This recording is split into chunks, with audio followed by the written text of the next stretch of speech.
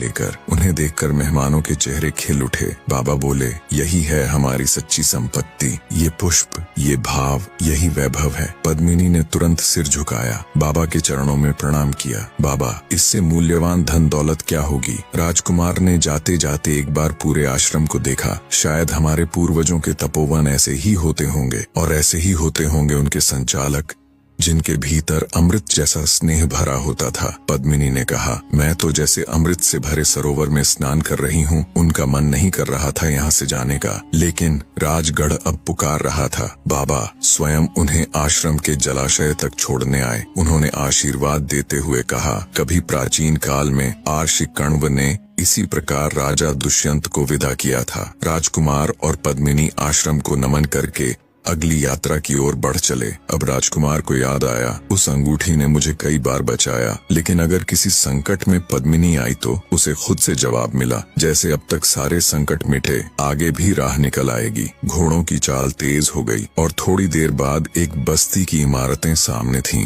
राजकुमार ने कहा, वही नगरी आ गई जहाँ मैंने एक रात बंदी बनकर बिताई थी। नगरी में प्रवेश करते ही वे उस घर की ओर बढ़े जहाँ कभी राजकुमार कैद था। इस बार घर के बाहर न कोई भय था, न कोई रहस्यमयी गुड़िया। एक युक्ति द्वार पर खड़ी थी, चेहरे पर सच्चा स्नेह लिए वह दौड़ते हुए आई। राजकुमार को देखकर बोली, मैं कब से तुम्हारी राह देख रही थी। फिर उसकी नजर पद्मिनी पर गई और मुस्कुराते हुए बोली, तो आप ही हैं पद्मिनी जी, आइए बहन, अपने घर में आइए। उसने दूसरी राजकुमारी को भी आदर से बुलाया। घर के भीतर ले जाकर जादूगरनी ने उनकी अभगत की। व्यंजन परोसे गए, गंध और स्वाद से भरे हुए। राजकुमार चुप था, उसके मन में पुरानी यादें लौट रही थीं। जिस घर में कभी बंधन था, आज वही घर अपनत्व से भर गया है। वातावरण पूरी तरह बदल चुका था। भोजन करके युक्ति ने कहा, आप लोग थके होंगे, रात भर विश्राम कर लो। राजकुमार ने जब विदा होने से पहले बाल लौटाने चाहे, युक्ति मुस्कुराकर बोली, अब मुझे इनसे क्या लेना देना, मेरी मनोकामना पूरी हो गई। राजकुमार ने कुछ नहीं कहा, लेकिन उसने उन बालों को फेंका नहीं। उन्हीं की बदौलत तो उसे पद्मिनी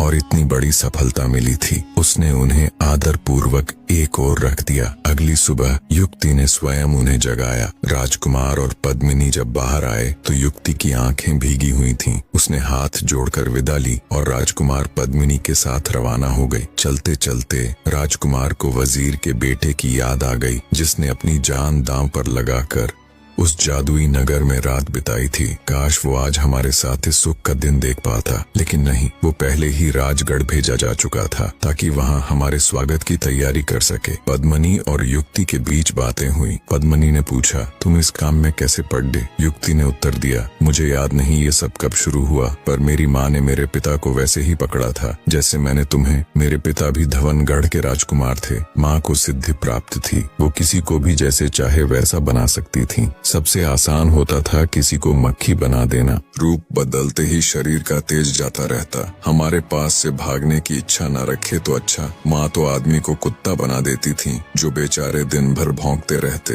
हाँ, अगर तुम उन्हें उस हाल में देखती तो तुम्हारा कलेजा कांप जाता। पर हमारी दया ममता बहुत पहले मर चुकी थी। फिर एक ठंडी सांस लेकर बोली, मुझे खुशी है कि अब उस घिनौने काम से मेरा पिंड छूट गया है। राजकुमार धीरे धीरे कोई मीठा लोकगीत गुनगुना रहे थे। पद्मिनी सुन रही थी चुपचाप। उसके चेहरे पर भावनाओं की लहरें थिरक रही थीं। सूरज की किरणें जैसे उनके साथ चल रही थीं। यात्रा आनंद से भरी थी। दोपहर तक वे एक शांत जलाशय के पास पहुंचे, जहां साफ पानी में पक्षी किलोल कर रहे थे। राजकुमार ने घोड़ा रोका और कहा, आगे घना जंगल है, यहीं खाना खा लेते हैं और थोड़ा विश्राम भी कर लें। वे एक छायादार वृक्ष के नीचे बैठे, भोजन किया, पर पक्षियों के प्रमोद और प्रकृति के संगीत ने उन्हें विश्राम करने ही नहीं दिया। थोड़ा विश्राम करके वे फिर आगे बढ़े। राजकुमार का अनुमान था कि दिन ढलने तक जंगल पार हो जाएगा। अब जंगल शुरू हो गया था। वही जंगल जो पहले डरावना और अंधकार से भरा था। अब उन्हीं रास्तों में कोई डर नहीं था। अब उनके पास प्रकाश की अद्भुत किरण थी। पद्मिनी चारों ओर देखती रही।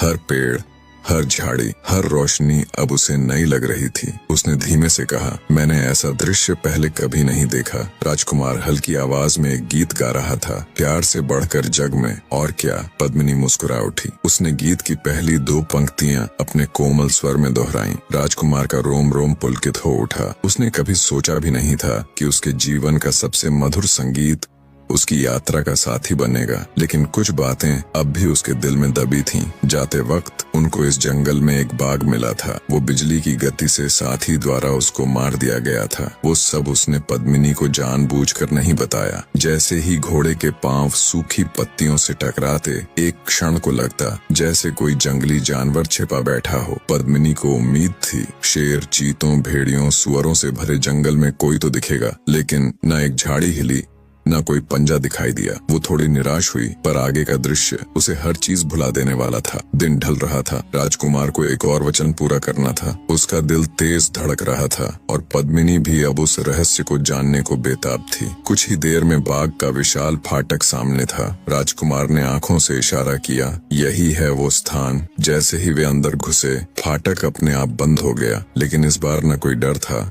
न छिपना पड़ा। सब खुला था, साफ था और जादुई था। राजकुमारी जब अपने